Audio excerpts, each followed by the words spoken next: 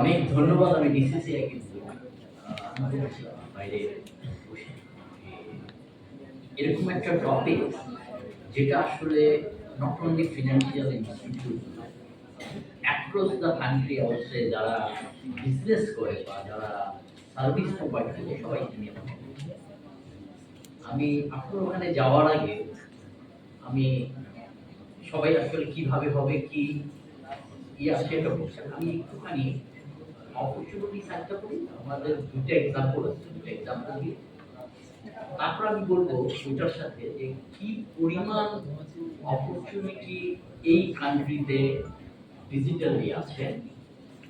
আমাদের মনে রাখতে হবে আমাদের দেশের 60 to 65% কাস্টমার ব্যাংকিং করে, ব্যাংকিং করে।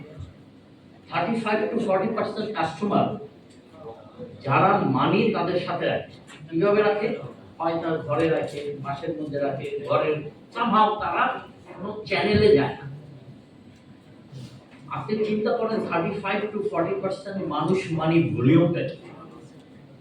আমরা যদি 20 কোটি লোক চিন্তা করি তার 30-40%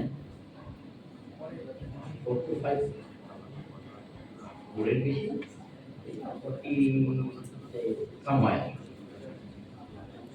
আমি এক্সাম্পলের সাথে একটা বলি। ফার্স্টে আমরা বিকাশের সাথে যখন ন্যানো লোনটা করা চিন্তা করলাম আজ থেকে অ্যারাউন্ড 5 ইয়ার, আমাদের ফার্স্ট থট ছিল যে আমাদের এই লোনটা বলতেছিলেন যে কারণ বাজারে সবজি বিক্রি। আমাদের আসলেই এই প্রোডাক্টটা নিয়ে কাজ করার ফার্স্ট থট ছিল যে আমরা স্ট্রিটে যারা বিজনেস করে ওরা সকালে লোন নেয়, ওরা বিকালে লোন শোধ করে।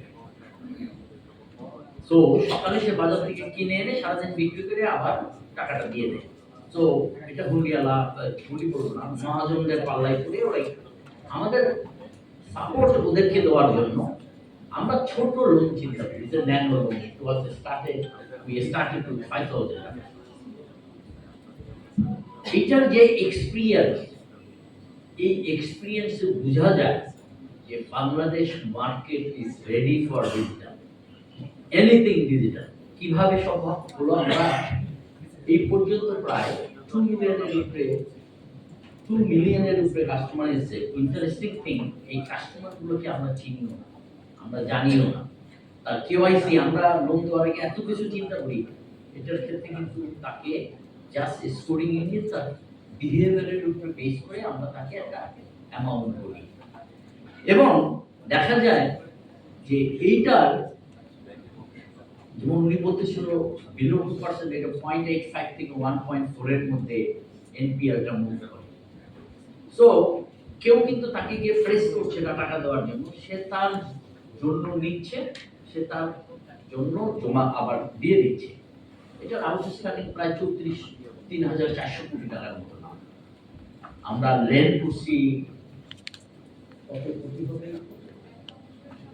20,000 কোটির উপরে আমরা লেন করছি। এদের মধ্যে 2 মিলিয়ন কাস্টমার, বাট আমাদের এখন outstanding around 3,400 crore। This is one example. Another example, আমরা এনজিওর সাথে কাজ করছি, এগ্রি লোন ডিজিটাল দেওয়া। এই এনজিও আসলে ওনাদের প্রায় 500,000 5 লাখ কাস্টমারের মতো আছে, নট কাস্টমার, ফার্মার। এবং এই 5 লাখ ফার্মার এরা শুধুমাত্র সিজনাল লোন নেয় না। আমি ধান করবো, আমি ধানের বীজ কিনি ধানের চাষ করার জন্য। আমি ভুট্টা করবো, আমি ভুট্টার টাইমের জন্য নেই। ইটস এ 2 to 3 মান্থসের লোন। এবং এই এনজিওর আবার 50,000 এর মতো শপ আছে, ডিস্ট্রিবিউটারিং শপ। মিনস এই 5 লাখ কাস্টমার ওই পয়েন্টগুলো থেকেই তাদের বীজ, সার, জ্বালানি এখান থেকে বাই করতে হয়। তো they were giving loan manually, একদম 100% ম্যানুয়াল। আমরা ওনাদের কাছে একটা প্রপোজাল দিই যে পাইলট করবো আমরা আমাদের এই ন্যানোর এক্সপিরিয়েন্স নিয়ে।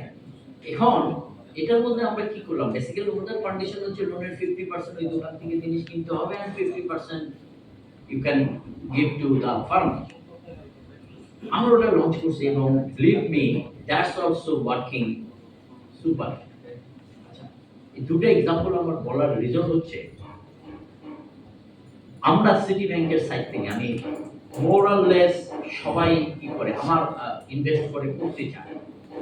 আমি বলবো ফিনান্সিয়াল ইনস্টিটিউট অ্যান্ড টেলকো যে পরিমাণ টেকনোলজিতে ইনভেস্ট করছে, যে পরিমাণ রেডি ইন্ডাস্ট্রিতে, আমি সবার জন্য বলবো না, যারা যেভাবে ডিল করে থাকে 100% ready to go digital across Bangladesh.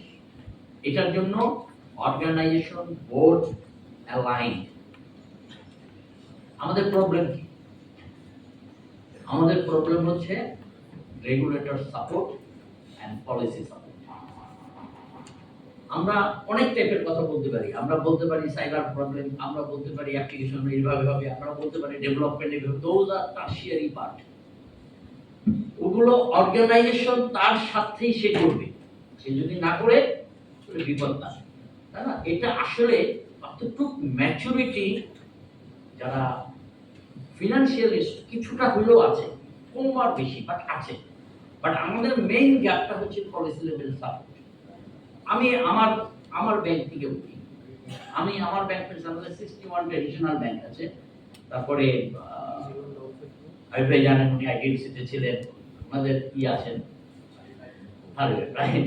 তো প্রবলেম দেখেন, আমরা আমাকে প্লিজ আপনি কোনো করবেন না, আমি জাস্ট পড়ার জন্য বলছি, যেহেতু উনি সেন্ট্রাল ব্যাংক থেকে আছেন, উনি আমরা ঢাকা চক্রের প্ল্যাটফর্মে বলতে পারি প্লিজ। আচ্ছা, আমি একটু বলি, আমরা ডিজিটাল ব্যাংক করার জন্য আমরা লাইসেন্স দিচ্ছি, রাইট? আমাদের একটা অনেক দিনের চাওয়া ছিল ডিজিটালি যেতে গেলে আমাদের একটা ক্রেডিট ব্যুরো থাকা উচিত। ভেরি গুড ইনিশিয়েটিভ, আমরা ক্রেডিট ব্যুরো অনেক বছর শুনছি, এখন আমরা এলওআই পাচ্ছি, আমাদের ব্যাংকও অ্যাওয়ার্ড। তো একটা জায়গায় আমরা আসছি, ডিজিটাল ব্যাংক লাইসেন্স দিচ্ছি, নিউ অর্গানাইজেশন যারা এখন পর্যন্ত রেডি না,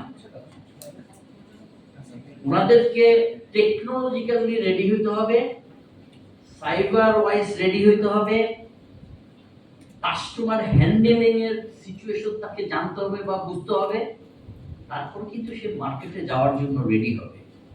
আর আমরা কিন্তু ওই পার্টগুলো পার হয়ে আমরা বসে আছি রেডি হয়ে। আমরা কালকে যদি আমাকে বলেন আমি 6 মাসের মধ্যে ডিজিটালি লঞ্চ করার জন্য রেডি, একদম শিওরলি বলছি। বাট আমার প্রবলেম হচ্ছে আমি যারা ট্র্যাডিশনাল ব্যাংকিং, ডিজিটাল ব্যাংকিং এর আমাদের কোনো রোডম্যাপ নেই। অনেস্টলি আই এম টেলিং, আমাদের কি করতে পারবো লিখিত কিছু নাই। ব্যাক যখন ফার্স্ট টাইপে, যখন আমরা আজ থেকে 2 or 3 years ago আমাদের ডিজিটাল ব্যাংকের লাইসেন্স দিবে, তখন কিন্তু আমরা 10টা ডিজি10 নামে 10টা ব্যাংক মিলিয়ে আমরা লাইসেন্সের জন্য অ্যাপ্লাই করলাম। তখন আমাদেরকে বলা হলো যে you got banking license, so who is stopping you to do? Now problem is আমাদের কিন্তু কোনো ডকুমেন্ট কিছু নাই, আমরা এই কথা বলছে, পেপার আছে, দ্যাটস ইট। এবং ওই সময় মেজবাবু ছিলেন, এরকমও বহুতবার, আমি বহুতবার কথা বলছি, সেম প্রবলেম হচ্ছে nobody is stopping me, but main part is আমাকে অ্যাকাউন্টটা ইকেওয়াইসি দিয়ে খুলতে হবে।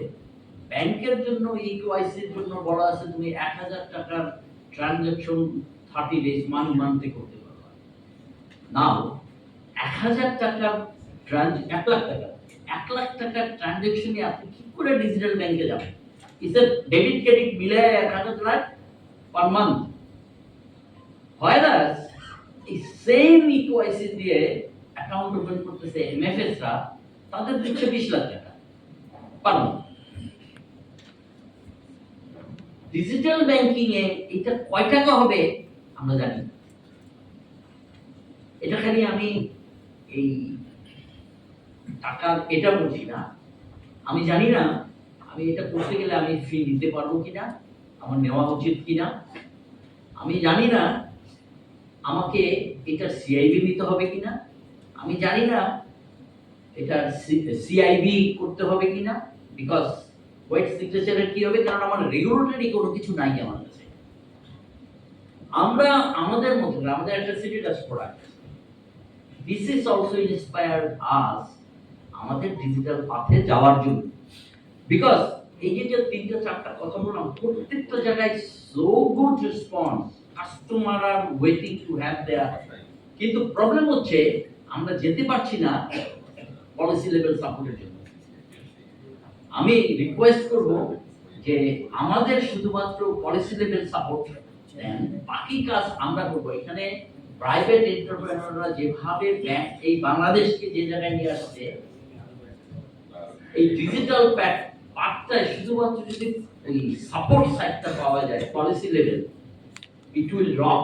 এখানে অপরচুনিটি নিয়ে কোনো ধোঁয়াশা নাই, অপরচুনিটি নিয়ে কোনো ইফ অ্যান্ড বাট নাই। ওয়ানলি পার্ট ইজ দা, আমাদের জানতে হবে আমরা কি করতে চাই। ওকে, এখন ফার্স্ট যদি আমরা কিন্তু সবসময় অনেক পেস বা অনেক দেরিতে যায়, আমরা এই ক্রেডিট গুলো হওয়া কিন্তু বলতে পারি।